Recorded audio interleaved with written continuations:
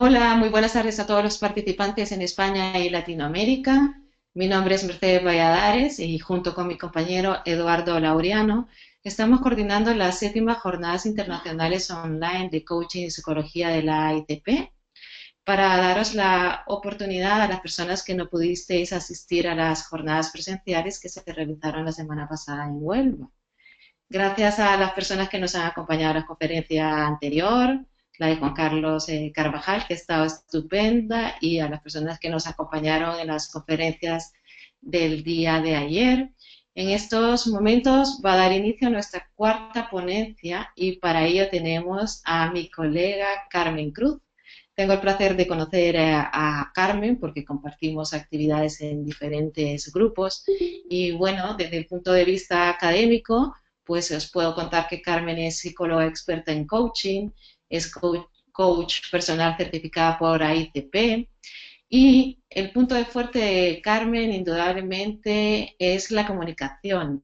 Es especialista en comunicación por la Universidad Autónoma de Madrid, es mediadora familiar y sobre todo es especialista en solución de conflictos en ruptura de pareja. Si conocéis a alguna persona que está atravesando situaciones difíciles con su pareja, por favor no dudéis en contactar con Carmen. Y bueno, una de las cosas de Carmen es su capacidad de empatía. Tiene una mirada muy profunda que cuando te mira te penetra y como experta en comunicación tiene una gran capacidad de gestionar los silencios. La profundidad de sus reflexiones no deja indiferente a nadie. Así que tengo el placer de presentaros a Carmen Cruz y el título de su conferencia es Autocuidados emocionales, la conexión con uno mismo. Bienvenida, Carmen, adelante. Hola Mercedes, muchísimas gracias por esa presentación, que la verdad que me encanta verla de tu boca porque yo creo que tú y yo nos admiramos mutuamente muchísimo. Y bueno, yo estoy encantadísima de estar aquí con ICP, que es mi casa. Yo también soy coach certificada por ICP y enamorada del coaching, de la psicología y de las personas que formamos este mundo. Yo creo que compartimos muchísimo y compartimos una pasión. Esto no es algo que solo nos gusta, ¿no? Esto es algo que nos apasiona. Y bueno, el tema que yo traigo hoy y me encanta y estoy muy contenta de poder compartirlo con vosotros y se refiere sobre todo a la conexión íntima con nosotros mismos. Me imagino que las personas que nos están oyendo, pues la mayoría son coach en formación o coach ya certificados, ¿no? O gente que le gusta el coaching, le gusta la psicología, está interesada, ¿no? Y bueno, lo más apasionante para mí de ser coach es ese punto de acompañantes privilegiados que tenemos, ¿no? El ser acompañantes de un momento importante de la vida de otra persona. Yo creo que eso es un privilegio y siempre que recibo a una persona nueva me asombra, me maravilla y me conmueve ver cómo se nos abren, cómo nos confían su vida, sus problemas, sus sueños, sus aspiraciones y sobre todo cómo se dejan abrir a una parte muy íntima, ¿no? Una conexión auténtica con nosotros y el simple hecho de estar con nosotros en esa conexión hace que ellos mismos también se atrevan a ir más profundo en la conexión que tienen con ellos mismos, ¿no? A mirar al fondo de lo que hay en su vida y de cómo están viviendo su vida. Y yo creo que esa conexión no es gratis, ¿no? Esa conexión no es así porque sí, ni nos la dan de cualquier manera, ¿no? Yo creo que se da siempre por una apertura que tenemos nosotros y por una forma de estar con ellos que genera confianza. Entonces yo, aunque la conferencia básicamente va a ser de esa conexión con nosotros mismos, creo que para entenderla voy a empezar por ver cómo es la conexión con los demás, ¿no? Para que sea un poco más didáctico llegar luego a ver cómo es la nuestra con nosotros mismos. Entonces, voy a empezar ya con la primera diapositiva.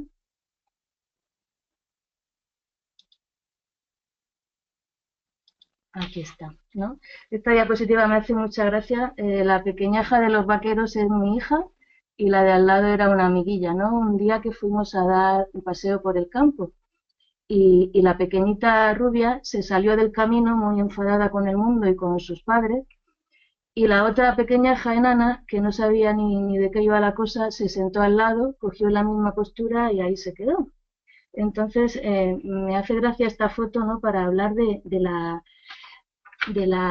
la compasión, ¿no? Que muchas veces entendemos como la compasión como un término mm, triste, ¿no? Un término como si nos apiadáramos de alguien, ¿no? Y la compasión, tal y como yo quiero hablar de ella ahora mismo, significa acompañar, acompañar en el dolor, acompañar en el sufrimiento, acompañar cuando las personas tienen emociones que les generan malestar. Eso es compasión, ¿no? Compasión, ¿no? Es una palabra que viene de acompañar en el dolor, sufrir con alguien, etimológicamente. No significa sufrir por alguien, sino sufrir con alguien. Entonces, según Vicente Simón, que es uno de los principales referentes en el tema de la compasión tiene dos características principales: emocionarse por el sufrimiento y el deseo de aliviarlo, ¿no? El deseo de que esa persona alivie su sufrimiento. Y por eso muchas veces se solapa el término compasión con otro, con significados muy distintos. Aquí hay un poco de lío porque cada autor utiliza los términos de una forma muy particular y tienen definiciones diferentes, ¿no? Por ejemplo, en la simpatía sería sentir algo por alguien. Normalmente es alguien a quien tenemos afecto o con quien nos identificamos. Y otro término relacionado y que también a veces genera confusión es el término empatía, ¿no? Que tanto nos suena. La empatía sería la capacidad de comprender profundamente lo que siente otra persona desde su marco de referencia, desde el marco de esa persona, no desde el nuestro. Entonces, la empatía también implica conexión. Y en el sentido de que yo quiero hablar de la compasión y de la autocompasión, me refiero a la empatía, digamos, sería la empatía en el dolor. Sería como una acepción profunda de la empatía y una acepción de la empatía cuando las personas sufren, ¿no? Cuando las personas están sintiéndose de alguna manera mal, ¿no? Según el Dalai Lama, ¿no? Y la quería nombrar esta definición porque me parece muy bonita, ¿no? Y vemos como los términos, cuando hablamos de emociones, la ciencia se encuentra con el budismo, se encuentra con la filosofía oriental, ¿no? Que ya está de muy antiguo. Y según el Dalai Lama, la compasión sería lo que ocurre cuando el amor se encuentra con el sufrimiento. Y me parece precioso, ¿no? Esa definición de compasión.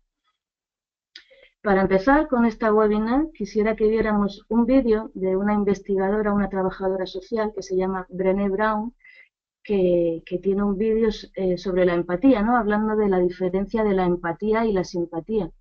Pero quiero remarcar que en el término en el que ella está hablando de empatía es justamente en el término que yo estoy nombrando la compasión, ¿no? La empatía con el dolor, la empatía con alguien que sufre. Entonces quisiera que lo viéramos y luego lo comentamos. Es un vídeo que a mí me resulta muy bonito.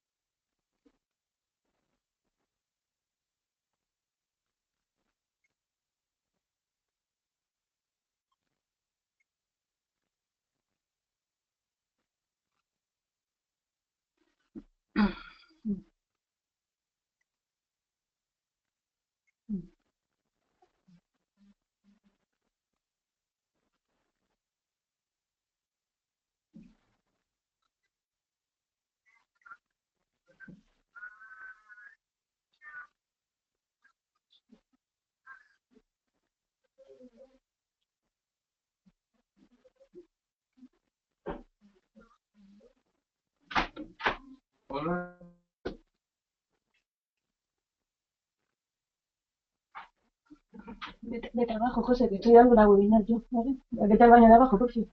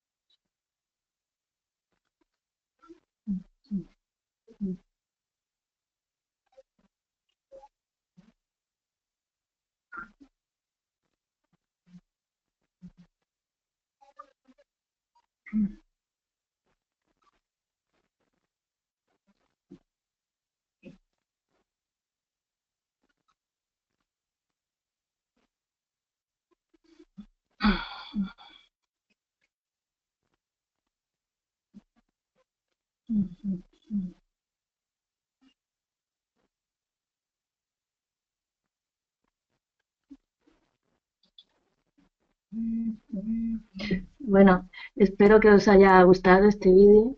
A mí me gusta mucho y dice cosas muy interesantes, ¿no? Dice, por ejemplo, que la compasión es una elección y una elección vulnerable, porque para acompañar a alguien en su dolor, primero tengo que conectarme con algo dentro de mí que sabe lo que es el dolor.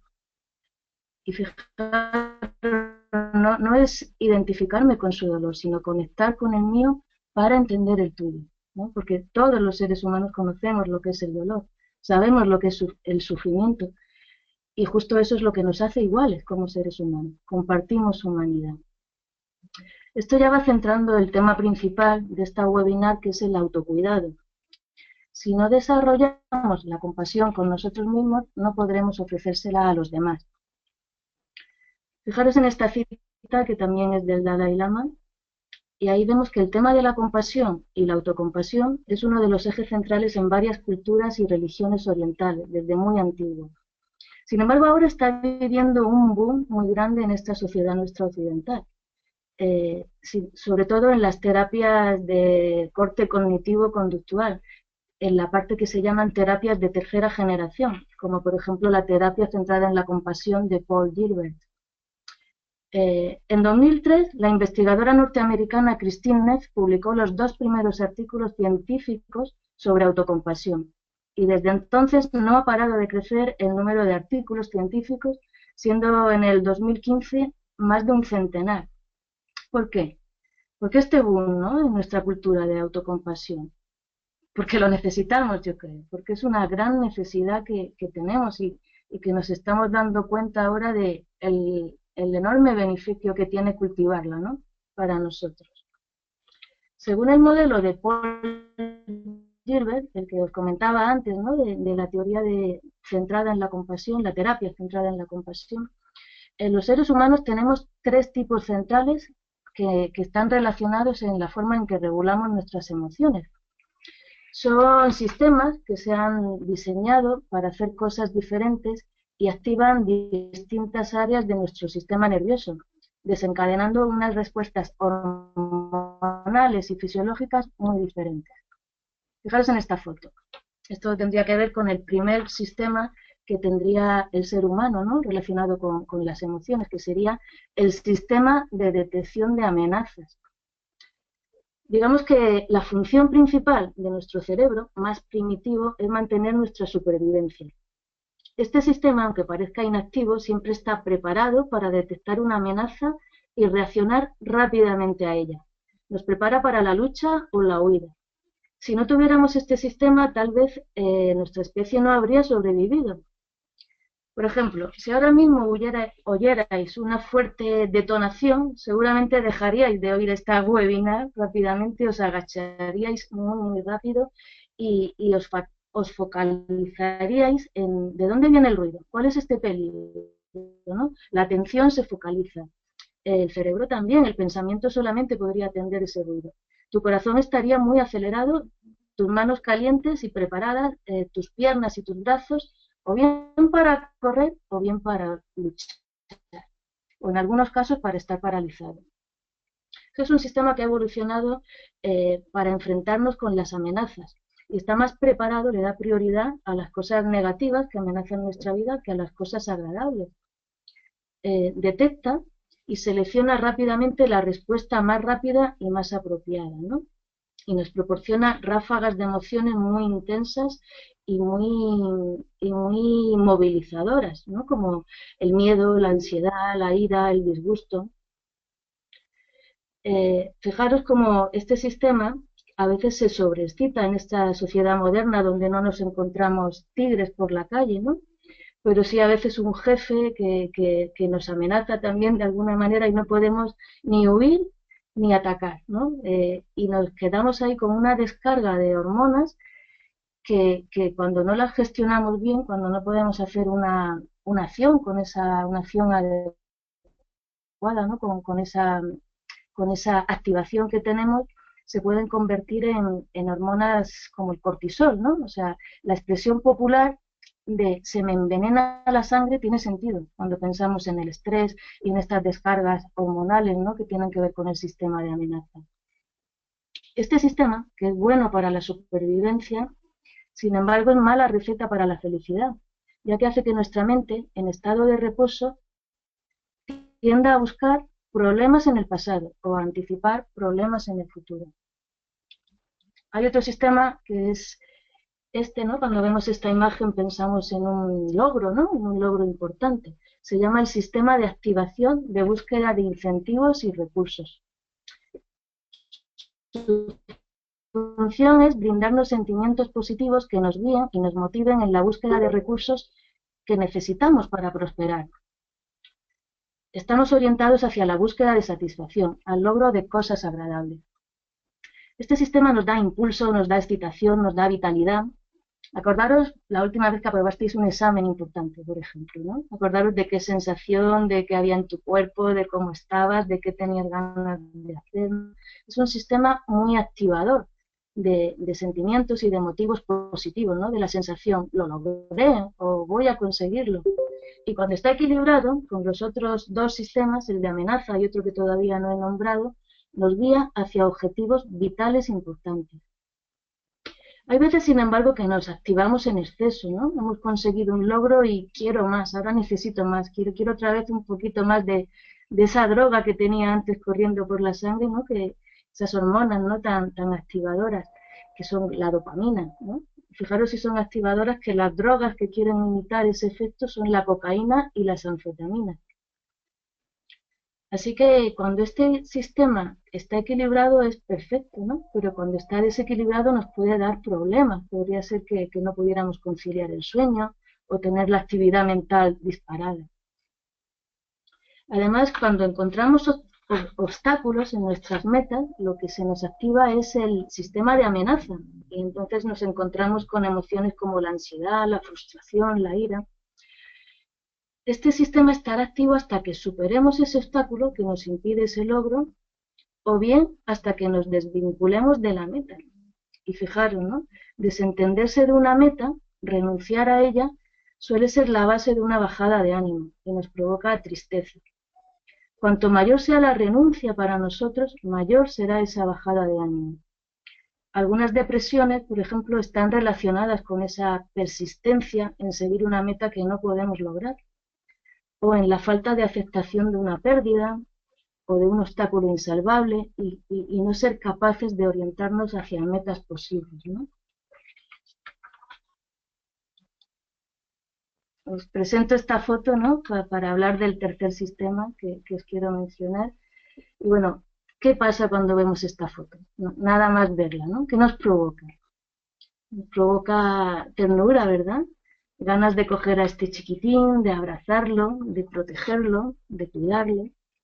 Bueno, pues ese es nuestro tercer sistema, ¿no? Un sistema muy importante en el ser humano, que es el sistema de confortamiento, de satisfacción y de seguridad. Y está centrado en la afiliación, en las relaciones de afecto, de afiliación. Mira cómo viene el ser humano al mundo, ¿no? Mira cómo nacen los chiquitines.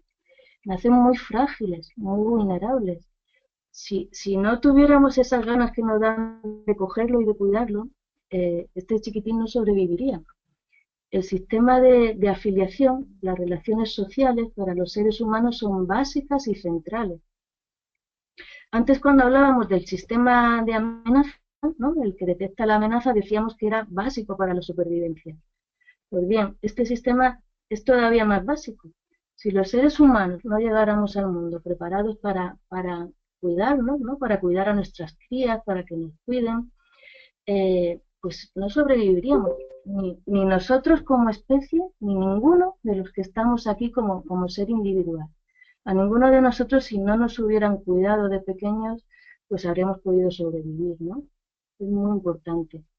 Venimos al mundo preparados y necesitados de establecer lazos, conexiones con otros seres humanos. Y todos lo hemos recibido, ¿no? Todos hemos recibido amor y cuidados. Imagina cómo te sientes cuando das un abrazo grande, ¿no? Un abrazo sentido con alguien que quieres. Y mira qué emociones son las que se te despiertan, ¿no? Son satisfacción, seguridad, conexión, tranquilidad, bienestar. Son sistemas que se activan y que tienen que ver con este sistema de afiliación. Esta seguridad de la que hablo es sentida como tranquilidad. Es muy diferente de la seguridad de que no hay amenaza, ¿no? De que no hay peligro. Es otro tipo de seguridad, ¿no? Cuando nos sentimos queridos, se ponen en marcha las hormonas como la oxitocina y las endorfinas.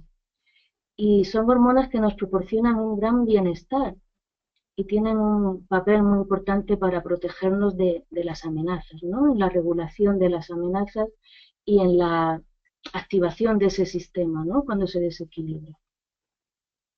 Y las investigaciones demuestran algo que es fundamental en el estudio de la compasión.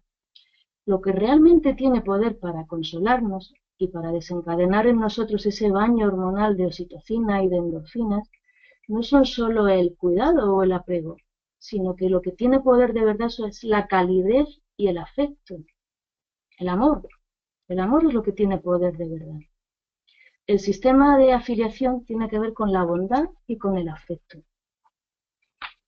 Y este sistema también se relaciona con la sensación de paz interna que podemos tener cuando no estamos defendiéndonos ni anhelando una meta, ¿no? Esa sensación de paz que es cuando estás a gusto, cuando estás tranquilo contigo mismo y en conexión contigo, en una conexión íntima contigo mismo. Se trata de una paz interna que está basada en la alegría, en una alegría tranquila, no en una alegría de excitación, y en la aceptación, y que es muy diferente del sentimiento de euforia o de luchar para lograrlo. También es distinto al estado simple de falta de amenaza y baja activación, que podría ser como un sentimiento de aburrimiento o de vacío. Es una satisfacción y una seguridad que nos da energía y podemos experimentar tanto en nuestras relaciones con los demás como también en la íntima relación que tenemos con nosotros mismos. Cuando, fijaros, la experimentamos tanto cuando los demás nos tratan con calidez, con afecto, como cuando nosotros mismos nos lo permitimos a nosotros, ¿no? Ese tratarnos con afecto, con amor, con amabilidad, con ternura, y cuando nos preocupamos de una manera amable por nuestro bienestar. Así que, teniendo en cuenta este sistema, se entiende mejor que todos hemos nacido con la necesidad de conectar con los demás y de sentirnos cuidados, de sentirnos aceptados, de sentirnos reconocidos. Necesitamos aceptación y pertenencia social. Y cuando lo conseguimos, nuestro mundo es mucho más seguro y nuestro sistema de amenaza se estabiliza. Sin embargo, cuando el sistema de afiliación no está satisfecho, lo que ocurre es que se altera el sistema de amenaza. Esto a mí me ha resultado muy llamativo, ¿no? Y me ha hecho reflexionar mientras preparaba esta charla. Fijaros que una cosa curiosa, para nosotros no es neutro no gustarle a alguien, ¿no? Cuando alguien nos mira mal o creemos que no le gustamos, no es algo que nos deje indiferentes, es algo que nos alerta, ¿no? Sentimos como una amenaza, simplemente por el hecho de no caerle bien a alguien, de no gustarle a alguien. Eso me ha llevado a poner esta foto, que me hace mucha gracia. O sea, cuando alguien nos pita en el tráfico, nos sienta muy mal, se activa el sistema de amenaza. Y fijaros que el mensaje de fondo que hay, ¿no? El que traduce nuestro inconsciente podría ser: no le gusto a esa persona, no me quiere. Es tan importante para nosotros ser queridos que cuando no nos sentimos así, lo que interpretamos es una amenaza. Así que las actitudes poco amables con frecuencia nos hacen que nos salten esos resortes y que nos comportemos como tales, ¿no? Como fieras, ¿no? Con las actitudes de lucha o de huida. Bueno, he querido empezar esta charlita empezando a hablar de estos tres sistemas que se relacionan con nuestro mundo emocional para poner un poquito de marco a lo que viene a continuación. Que a mí me gustaría que fuera un trabajo de reflexión para cada uno de nosotros, ¿no? Para partir de ahí, ¿no? Partir de una reflexión personal y entonces todo lo que venga a continuación nos va a encajar mejor y nos va a encajar en nuestra propia vida, ¿no? Nos va a encajar en ver cómo manejo yo esas cosas y cómo a partir de ahí me conecto conmigo y puedo aprender cosas que me van a servir, ¿no? Me van a servir para mí mismo y puede que después para otras personas. Pero todo lo que aprendamos en relación a emociones, en relación a crecimiento personal, siempre hay que empezar por nosotros mismos, ¿no? Por empezar a ver cómo encaja eso en nuestra vida, ¿no? Así que, aunque voy a proponeros unas preguntas que son un poquito delicadas, un poquito personales, me gustaría que al menos nos las planteemos y que al menos alguien se atreva a escribir en el chat una respuesta breve, cortita, ¿no? Y que nos sirva para todos, para que luego podamos todos reflexionar y compartir. Ya que estamos en una situación de grupo, pues siempre es muy rico ver qué es lo que piensa otra persona, qué piensa el grupo, ¿no? Y cada uno coge lo que quiere y lo que le sirve y deja lo demás, ¿no? Así que os propongo algo un poquito personal, ¿no? Me gustaría que pensarais en alguna vez que hubierais comentado, o sea, que hubierais tenido una acción, hubierais hecho algo, hubierais dicho algo de lo que luego os habéis arrepentido. O hayáis tenido un error, ¿no? Un error gordo, un error que lamentas, que pensaréis en esa situación, ¿no? En algo que habéis lamentado hacer. O algo por lo que a menudo te juzgas o te criticas a ti mismo, por tu aspecto, por algo de tu profesión, por alguna relación. Os doy un momentito para que lo penséis, ¿no? Y luego lanzo una preguntita.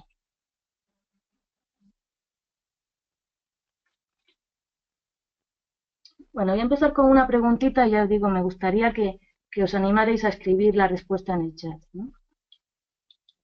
¿Qué tipo de lenguaje utilizas contigo mismo cuando observas un defecto tuyo o cometes un error? ¿Te insultas, te hablas mal o te hablas de forma amable y comprensiva?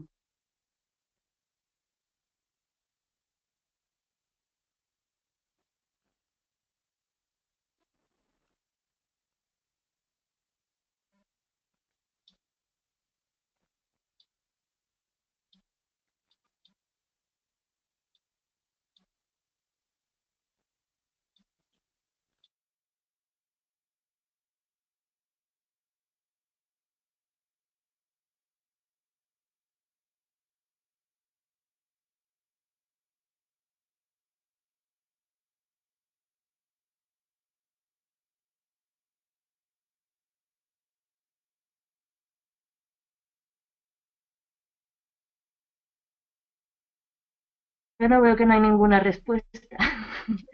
Bueno, yo esta pregunta la hago a menudo en los talleres que organizo, ¿no? Ah, bueno, mira, sí, por aquí hay alguna respuesta, ¿no? A ver. Compasivo, Mercedes compasivo. Muy bien. Mm, Bueno, Mercedes supongo que ya lo tiene trabajado este tema, bastante trabajado. Pero en los talleres que yo hago para gente que está empezando a trabajar estos temas, normalmente encuentro que es un tono bastante duro el que usan las personas para hablar consigo mismas, llegando incluso a los insultos, ¿no? Y, eh, y la siguiente pregunta que hago es, cuando eres muy autocrítico, ¿cómo te sientes interiormente? Ah, mira, Marce, a veces me juzgo duramente. Gracias, Marce, por la respuesta. Yo creo que eso es lo que yo me suelo encontrar en los talleres, ¿no? Que nos juzgamos muy duramente, ¿no? A nosotros mismos. Además, cuando somos muy autocríticos, fijaros cómo no nos quedamos bien. O sea, ese hecho de juzgarte tan duro no te lleva a la acción, no te lleva a una acción positiva, ¿no? Que era un poquito la siguiente pregunta que hacía. Es, ¿cuáles son las consecuencias de ser tan duro contigo mismo? ¿Te hace sentir más motivado o más bien desanimado y deprimido? Pues normalmente lo que pasa es que no te hace sentir más motivado. Muchas veces te aparta de la acción, te aparta de intentarlo otra vez, ¿no? ¿Cómo crees que te sentirías si fueses capaz de aceptarte realmente tal y como eres? Alguna gente dice que bien, que se sentiría muy bien. Sin embargo, en otras personas esa posibilidad también asusta. También asusta de alguna manera perder esa voz que nos está criticando. Asusta y da esperanzas a la vez, ¿no? No sé si alguien comparte esa reflexión. Podéis escribir en el chat si queréis, ¿eh? Tenemos como un juez interior, ¿no? Que hace que sea difícil dejar de maltratarnos. Tenemos ese juez interior que nos hace ver como dos voces dentro de nuestra cabeza, ¿no? Vemos el que está haciendo la crítica, ¿no? Dentro de nuestra cabeza y también el que la recibe. El que la recibe, el que da excusas, el que parece que se lamenta, ¿no? De haber hecho algo mal. Entonces, ¿por qué ocurre esto, no? Esta dualidad, estas dos voces. ¿Por qué me trato mal? ¿Por qué me hablo con esa dureza a mí mismo tantas veces, no? Pues bien, una de las cosas que hace que nos hablemos así es la ilusión de control. Por eso también nos da miedo perder a ese juez que nos está hablando de forma implacable. Parece que eso nos da control, ¿no? De que los errores que hemos hecho se hubieran podido evitar. Es una falsa ilusión de decir, hoy lo he hecho fatal, pero es que lo podía haber hecho bien, si hubiera hecho esto, si hubiera dicho lo otro, y como si todo está mal, ¿no? En nosotros en ese momento, menos esa voz crítica que al menos está lista, que se da cuenta de los idiotas que somos, ¿no? Dice Marce, a veces la autoexigencia busca la aceptación de los demás. Sí, fíjate, a veces es como si le habláramos a los otros, ¿no? Como si estuviéramos excusándonos ante otras personas dentro de nuestra cabeza, ¿no? Otra cosa que pasa, la trampa de la autoestima. Hay una autoestima sana, pero también hay una autoestima insana, que es la que nos impulsa a estar comparándonos continuamente con los demás o con un ideal que tenemos de cómo sería hacer perfecto algo y que no hemos llegado a ese listón, ¿no? Entonces, cuando no llegamos a ese listón tan exigente, ¿no? Como dice Marce, ¿no? La autoexigencia, pues nos machacamos. Queremos ser más guapos, más listos, más amables, y cuando no nos gusta lo que vemos, pues es duro, nos ocasiona sufrimiento, ¿no? Otra cosa es que vivimos en una cultura muy competitiva, ¿no? Es una cultura que tiende a exagerar los éxitos, a darle demasiada importancia a los logros personales, a los logros profesionales, y que continuamente nos impulsa a compararnos con los demás, ¿no? Desde pequeñitos, ¿no? En el colegio, concursos de a ver quién es el mejor, ¿no? Y le damos el premio al niño que es el mejor y a todos los demás se les queda una carita, ¿no? Yo a veces pienso que habría que inventar otro sistema aparte de los concursos, ¿no? Para motivar a los niños, que los hay, desde luego, ¿no? Sistemas más colaborativos y menos competitivos. Se sobrevalora en nuestra cultura el individualismo y cuando no alcanzamos ese listón, pues nos sentimos mal, nos sentimos culpables. Y luego, a veces en la educación, fijaros cómo a veces nuestros padres, con la mejor intención, pues parece que somos dignos de amor solo cuando hacemos las cosas bien, ¿no? Y cuando hacemos algo mal, cuando nos portamos mal, cuando somos desobedientes, pues también, entonces es como si no nos quisieran, nos dan rechazo, ¿no? No nos merecemos amor cuando hemos hecho las cosas mal. Nos dan mucho elogio cuando lo hacemos bien y rechazo cuando lo hacemos mal. Así que terminamos interiorizando muchas veces que merecemos afecto solamente cuando somos buenos, cuando hacemos las cosas bien. Y no digamos en esos niños, ¿no? Que se han educado con padres realmente muy, muy exigentes, ¿no? Y que han oído pues críticas muy duras, ¿no? Y frases, sentencias y juicios muy, muy duros y muy exigentes, ¿no? Porque muchas veces esa es la misma voz que van a oír ellos cuando se critican a sí mismos. Así que los efectos de un patrón de autocrítica excesiva son devastadores realmente. Y lejos de animarnos a mejorar, con frecuencia lo que hace es inhibirnos y que dejemos de intentar ya lograr nuestros retos, ¿no? Por el temor al autocastigo que nos damos nosotros mismos cuando no lo logramos. Es la profecía que se hace realidad. Y he puesto también esta foto de ese corazoncito clavado de alfileres, ¿no? Porque hay un dato que me resulta especialmente escalofriante, ¿no? Relacionado con la autocrítica excesiva, y es que las parejas, o sea, las personas, las mujeres normalmente, hombres también, ¿eh? A los hombres también les ocurre, cuando tienes interiorizada una imagen de ti misma negativa, cuando piensas que vales poco, ¿no? Y esa crítica tan dura que te das hace que termines convenciéndote de que vales muy poco, pues te atraigan las personas que confirman tus sentimientos de valía. O sea, por un tema de congruencia interna, normalmente buscamos que los demás nos confirmen lo que nosotros mismos creemos sobre nosotros. Entonces, estas personas se les atraen parejas que les tratan mal. O sea, es un tema realmente duro. Y más con el tema del maltrato en pareja, ¿no? El maltrato emocional y físico en pareja. Son círculos difíciles de romper. O sea, estas personas se emparejan con quien le trata mal. Porque cuando alguien le trata bien, sencillamente no se lo cree. No se lo creen. Y no confían. No tienen una confianza. Parece que les adulan y que algo les querrán sacar si alguien le dice algo positivo. Así que este patrón es realmente destructivo. ¿Qué podemos hacer? ¿Cómo rompemos este círculo vicioso y escapamos de este juez crítico, ¿no? Y de su crítica despiadada, ¿no? Bueno, pues yo pongo esta imagen, que es una foto que me gusta mucho, ¿no? Y es que podemos cambiarlo. Podemos cambiar al crítico por un cuidador. Podemos imaginarnos a nosotros mismos como si fuéramos un niño o una niña pequeñitos que sufren, que vienen llorando porque se han equivocado, y en vez de encontrarse con el juez crítico, se encuentran con un cuidador amable que le puede consolar, que puede buscar una manera amable de que aprenda de sus errores, ¿no? Porque al fin y al cabo el crítico quiere nuestro bien. Al fin y al cabo el crítico, de una manera muy desencaminada, pretende que mejoremos, pretende que nos vaya mejor, ¿no? De alguna manera. Entonces cojamos esa intención, cojamos por dónde quiere el crítico que vayamos, pero digámosle, vale crítico, pero mira, eso mismo que tú me quieres contar, voy a elegir que me lo cuente un cuidador amable, un cuidador cariñoso. Eso, el mensaje está bien, crítico, pero en vez de que vengas tú, pido tratarme con amabilidad, pido que me lo digan de una manera afectuosa, porque eso me va a impulsar. Eso me va a impulsar a que lo logre realmente de una manera motivada y de una manera acorde con lo que estoy sintiendo.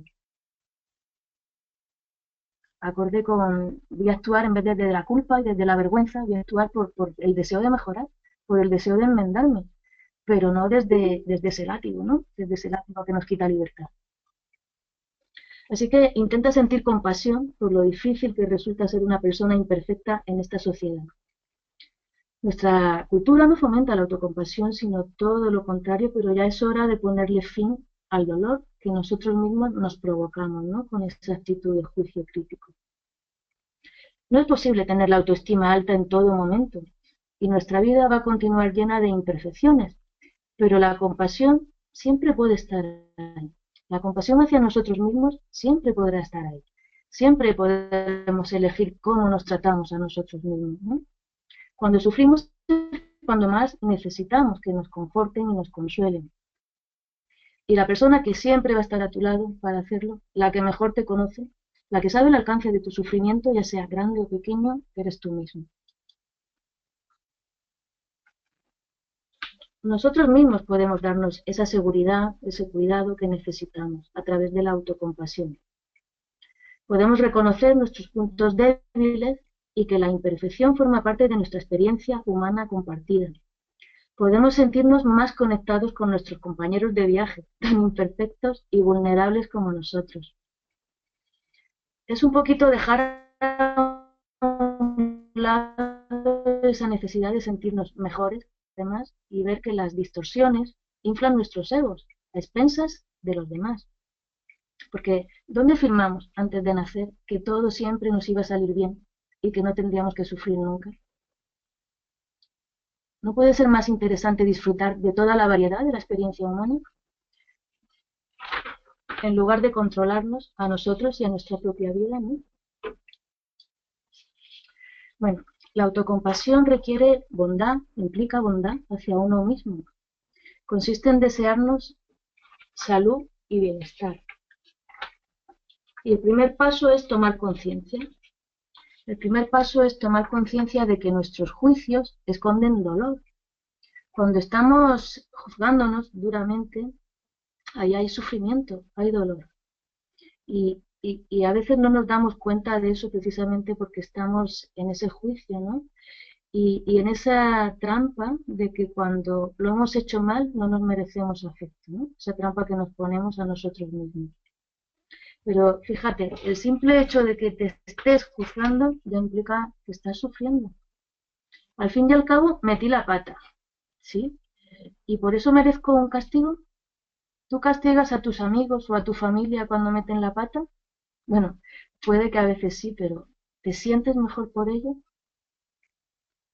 sea, todo el mundo se merece compasión.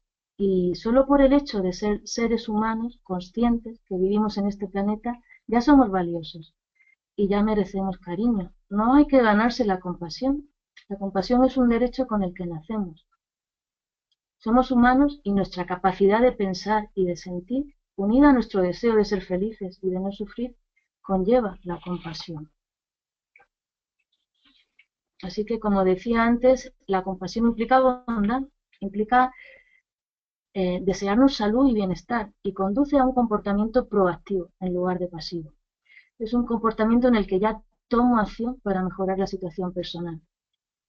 Tener compasión no significa creer que mis problemas son más importantes que los tuyos, sino pensar que mis problemas también son importantes y requieren mi atención.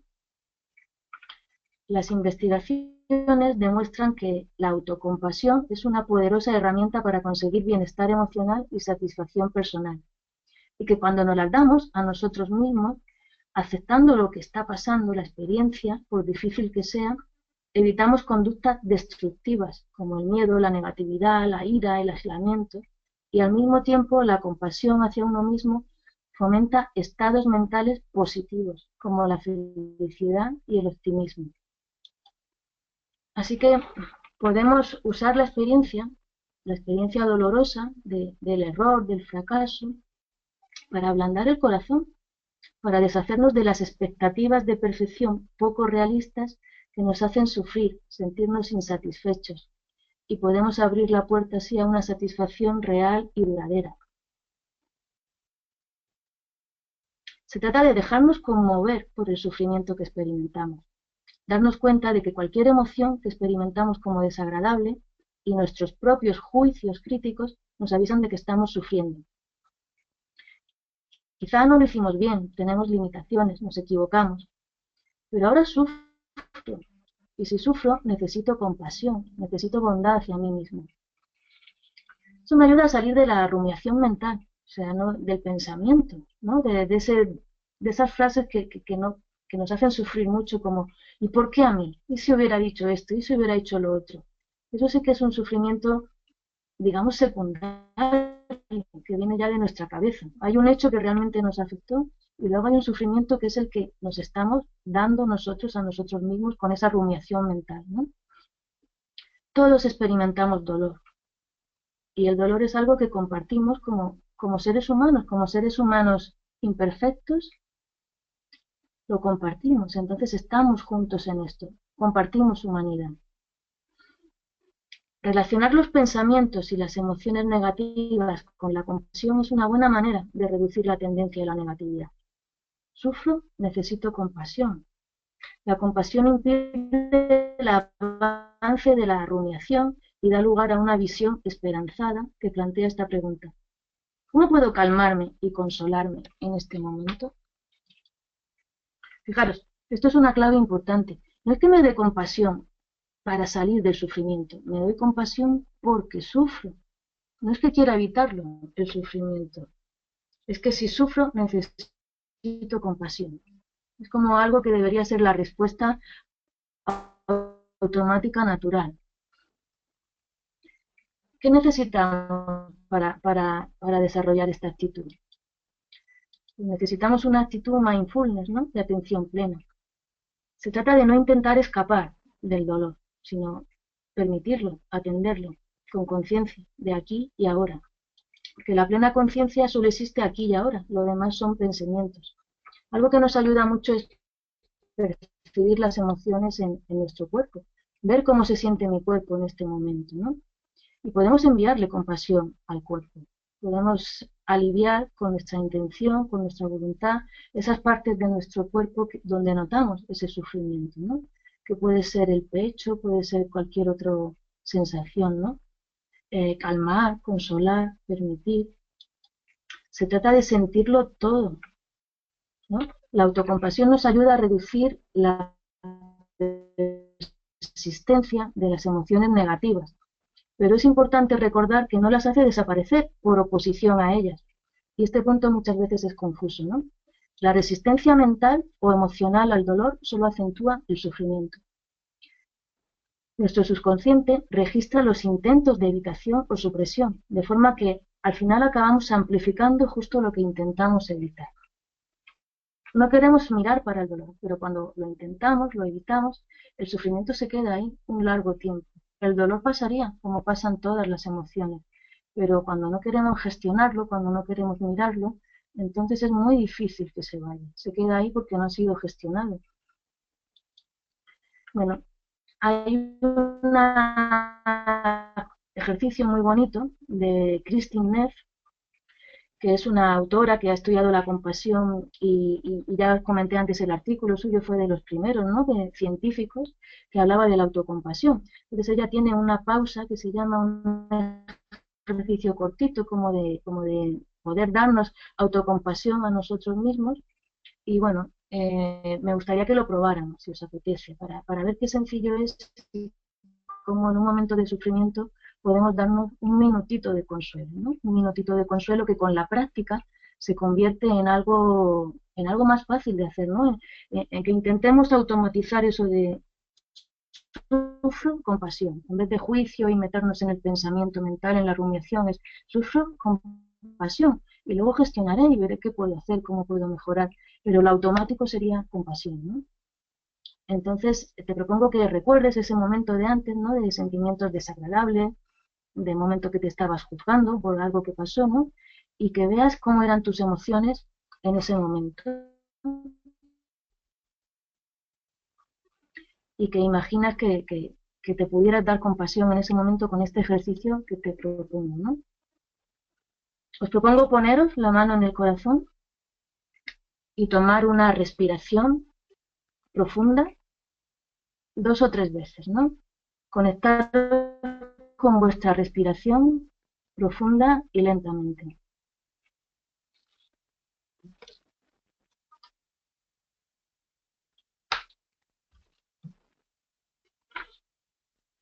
Y piensa en estas frases teniendo conciencia de lo que significan.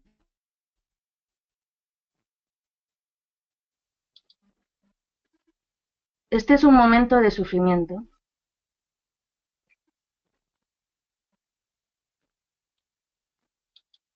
El sufrimiento es parte de la vida.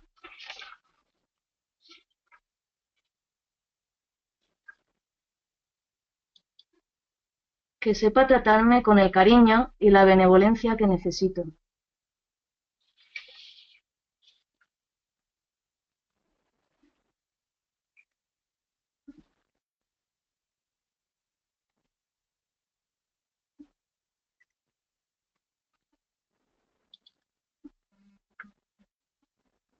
Esto duele.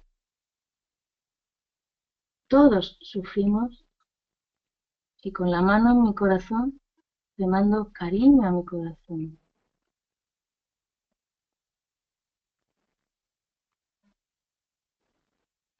Eso sería una pausa que nos propone ella y son unas frases que tienen mucho sentido, ¿no? Con la autocompasión, con el mindfulness y que se trata de hacerlas nuestras, de buscar las frases que nosotros nos consuelen. Al fin y al cabo es darnos cariño, darnos consuelo, ¿no? Hay otras frases que también indican cariño por nosotros, ¿no? Que esté a salvo, que tenga paz, que sea amable conmigo mismo, que me acepte tal como soy. Se trata de ir interiorizando esto y de mandarnos estas frases en cuanto notemos que tengamos juicios contra nosotros. Ya queda poquito tiempo y quisiera dejar tiempo a las preguntas, pero antes de acabar, eh, hay un tema bueno, esta es la bibliografía que he usado para esta webinar, y hay un tema que también es importante, ¿no? Que es la culpa y la vergüenza. La culpa y la vergüenza son dos de las emociones más dolorosas que podemos tener. Y fijaros que la culpa y la vergüenza no son emociones primarias, son emociones que vienen de nuestro pensamiento, ¿no? Serían emociones secundarias, tal y como las define Leslie Greenberg. Porque no son las emociones que sentimos ante lo que ha pasado, sino ante juicios que tenemos pues, por nosotros mismos. La culpa sería un juicio de que he hecho cosas mal y me siento con remordimiento, ¿no? Y la vergüenza es todavía más dolorosa, porque la vergüenza quiere decir que algo en mí está mal. Me avergüenzo porque hay algo en mí que va mal, hay algo en mí que no está bien. O sea, son emociones muy dolorosas. Y no son primarias, como decía. Cuando nos conectamos con ellas y buscamos cuál es la emoción primaria que había debajo de eso, ¿no? Por ejemplo, si me digo, soy una madre horrible porque le he gritado a mi hijo, ¿no? Y me siento muy culpable por ello, puedo buscar qué intención tenía cuando pasó lo que pasó, ¿no? Quizás fuera un momento en el que estaba muy cansada y realmente necesitaba un momento de descanso, ¿no? Tenía una necesidad de descanso muy grande, o quizás fuera un momento en que me saqué de quicio porque realmente quería educarle con algo que estaba haciendo que había transgredido, ¿no? Valores importantes para mí, pero se me fue de las manos y le grité. Pero bueno, mi intención era educarle. Cuando empiezo a contactar con eso, con qué necesitaba, qué necesidad había debajo de eso, salimos de la culpa y de la vergüenza, ¿no? Y ya me encuentro con la tristeza, quizás la tristeza porque valoro la relación con mi hijo, quizás me encuentre con el miedo de que la relación se rompa, de que se estropee, pero eso ya son emociones primarias, son emociones que nos movilizan y que dejan un sentido, una imprenta en nuestro espíritu y en nuestra conducta muy distintas de la culpa y la vergüenza. O sea, con la pena, con la tristeza, incluso con la rabia, puedo hacer algo constructivo, nos moviliza, nos puede movilizar para ver qué es lo que necesitamos y qué es lo que valoramos y cómo ir en esa dirección, de una manera muy distinta de la culpa y de la vergüenza que no nos movilizan para nada, solamente nos hacen sufrir. Entonces, me gustaría tener más rato para poder seguir hablando de esto, pero como quisiera que pudiéramos comentar algo, pues lo voy a dejar aquí. Y abro micrófonos a ver si Mercedes me comenta algo y podemos hablar. ¿Alguna preguntita o algún Bueno, comentario? Carmen, muchísimas gracias. Ha estado sumamente interesante.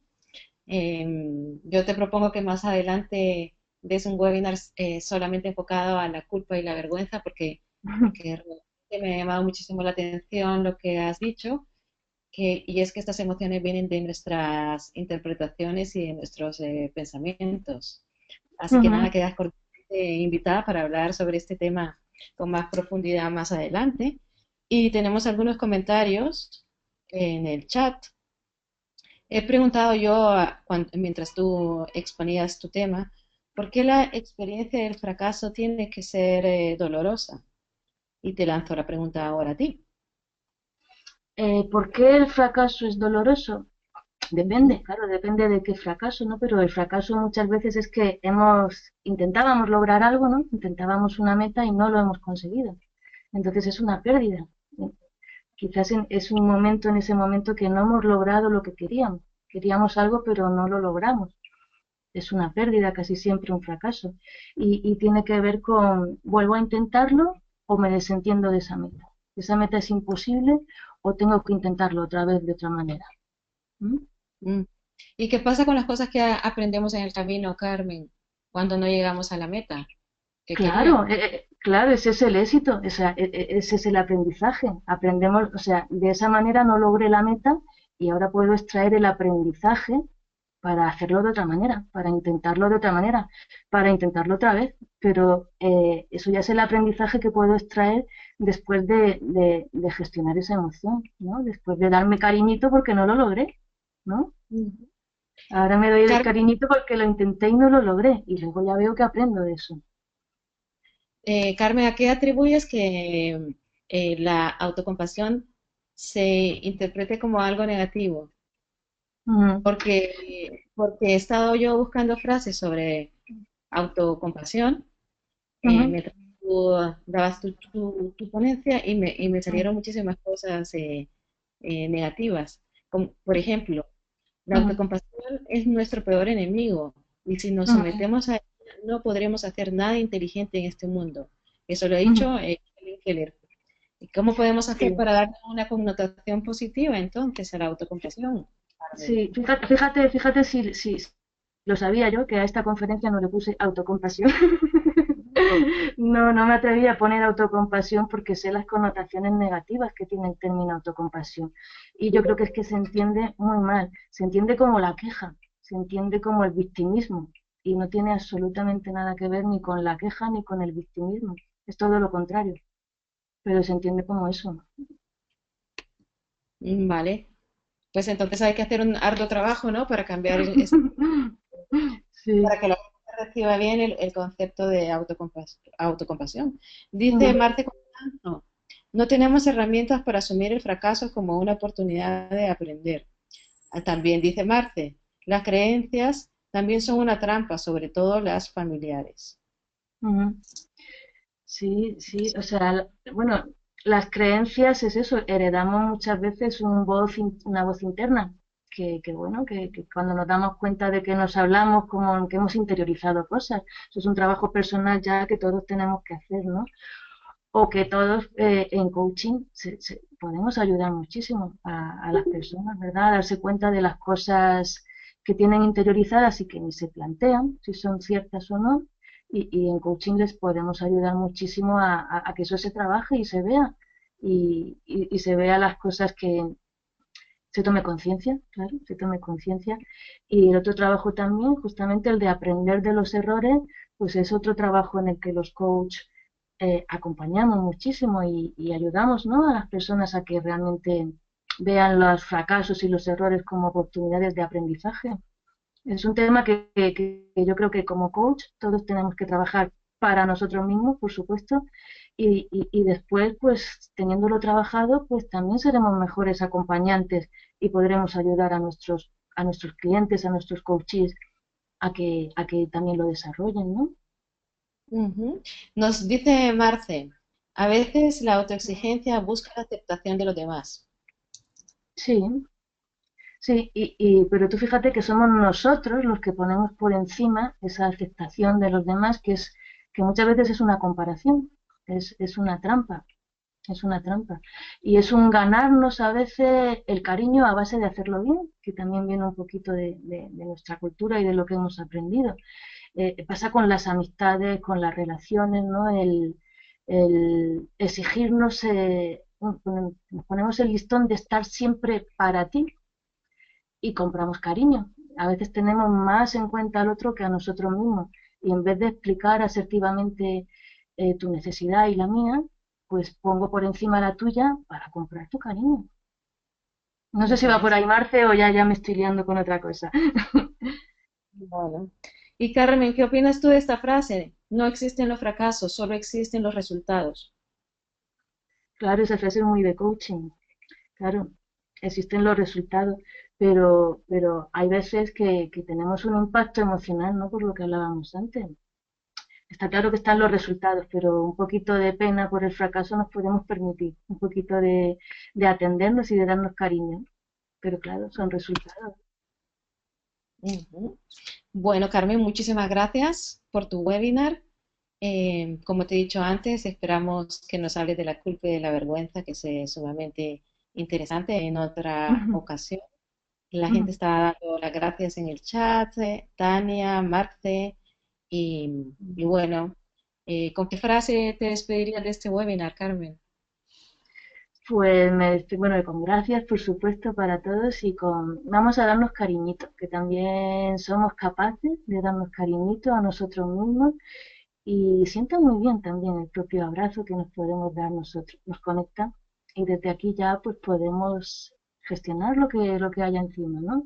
Pero no nos olvidemos que tenemos muchas posibilidades de darnos nuestro propio cariño, de estar con nosotros, ¿no? De estar conectados con nosotros. Y que eso no nos Muy hace bien. egoístas. Ujú. Ujú.